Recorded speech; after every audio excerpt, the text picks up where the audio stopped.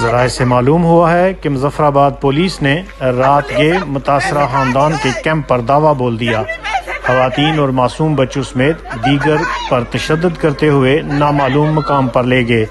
Camp میں موجود عمر رسیدہ خاتون مدد کے لیے آہو بکا کرتی رہی مگر کوئی مدد کے لیے نہ آیا۔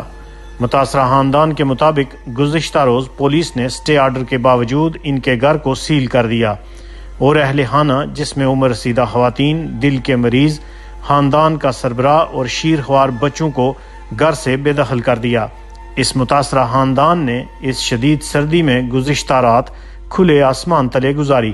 سوشل میڈیا پر واقعہ کی ویڈیو وائرل ہوتے ہی پوری دنیا میں مقیم درد دل رکھنے والے کشمیریوں نے اس واقعہ کی مذمت اور متاثرہ خاندان سے اظہار ہمدردی کیا، جبکہ کچھ لوگوں نے آج متاثرہ خاندان کو ایک عارضی کیمپ بنا کر دیا جہاں آج وہ رات گزار رہے تھے، مگر رات گئے پولیس نے کیمپ پر دعویٰ بولتے ہوئے کیمپ کو اکھاڑ دیا، خواتین اور بچوں پر تشدد کرتے ہوئے تمام لوگوں کو ساتھ لے گئے۔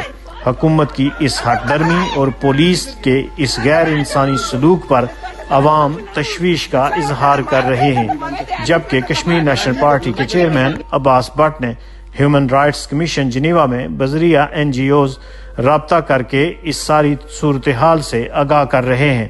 عباس بٹ نے حکومت آزاد کشمیر اور انسانی حقوق کی تنظیموں سے اپیل کی ہے کہ ایسے غیر انسانی رویے کا فوری نوٹس لے کر واقعہ کی غیر جانبدار انکوائری کی جائے۔